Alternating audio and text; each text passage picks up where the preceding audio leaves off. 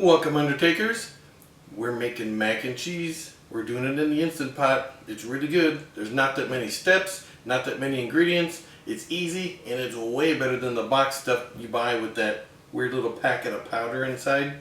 So you just need a pound of pasta. I've got the elbow macaroni today. You can use a different kind if you want to mix it up a little bit. And then to do it in the Instant Pot, we need 4 cups of water, and then it's going to pressure cook for 4 minutes. So it's easy to remember, 4 and 4. Simple to do. And basically, we're just going to dump our pasta and water in there, stir it up to make sure the pasta's not stuck, there's no air bubbles in there, and let her go for 4 minutes. And while that's going for 4 minutes, that'll give us plenty of time to get our other ingredients ready. That way, as soon as the Instant Pot is done, that 4 minutes is up, we're going to release the pressure, put everything together all at once, mix it up while it's hot, and we're going to have some great mac and cheese. So let's get started.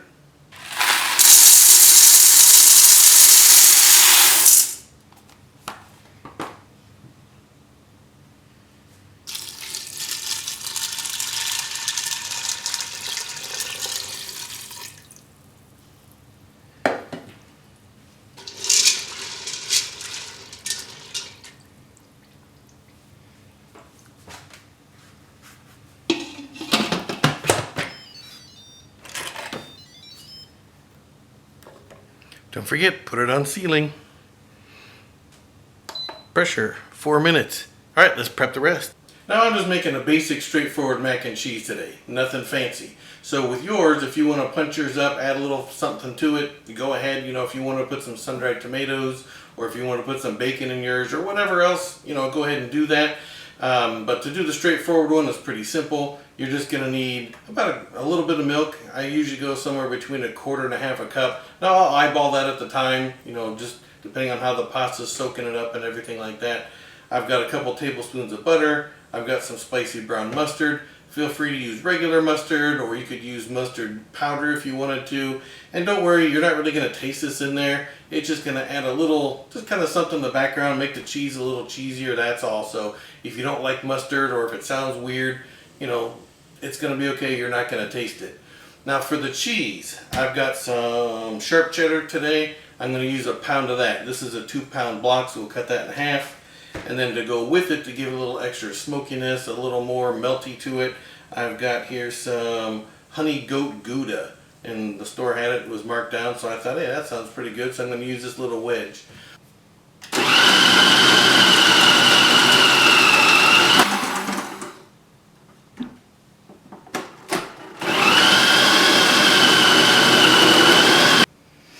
Alright, now our Instant Pot's about done. It's got less than a minute.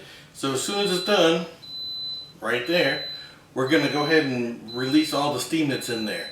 Now, pro tip from learning the hard way, when you're doing pasta, I'm going to cover the top of my machine with this towel, because not only is that just steam coming out of there, but it's pasta water steam.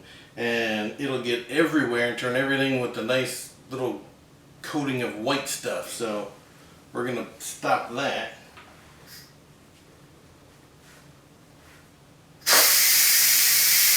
Alright, as soon as the lid comes off, we want to stir this up and break it up a little bit in case it's stuck a little bit.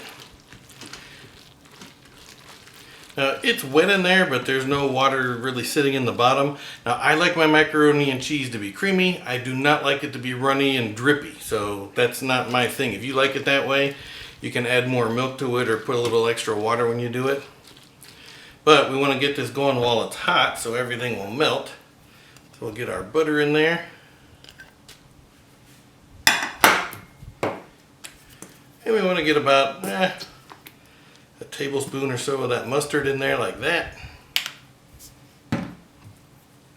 Get our butter melting here.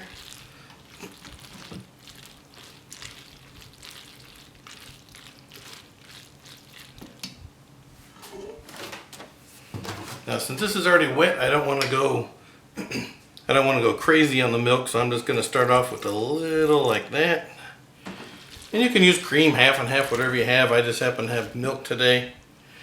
And then the cheese, I like to just add that a little bit at a time, like a nice handful at a time. So we'll go maybe add it in quarters or thirds. And that way we'll just melt this as we go. And that way we're not trying to melt a big giant block of cheese all at once. One more batch of cheese.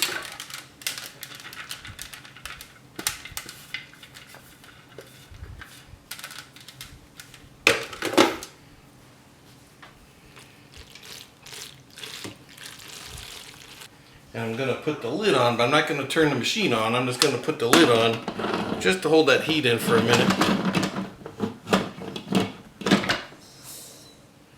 And you can see what I mean about that pasta water leaving a mess on everything.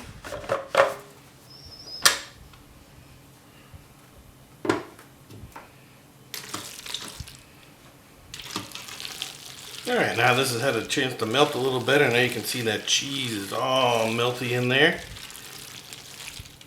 Oh yeah, we are ready to eat. Alright, now we gotta try it out. Oh, it's very cheesy. Now mine, this is how I like mine. A little hot sauce.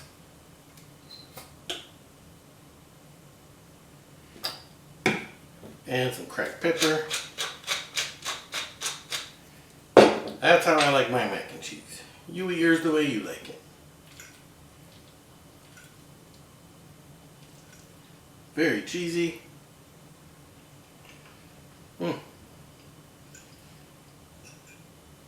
See, it's not runny. There's not a lot of extra sauce in there going all over the place. Just the way I like mine.